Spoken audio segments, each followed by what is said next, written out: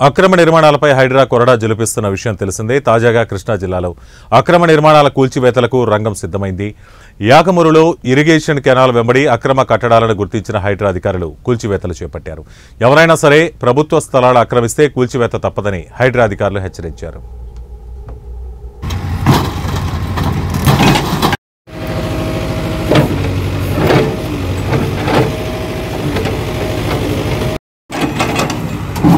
జాలి పడ్డా అందరూ జాలి పడ్డా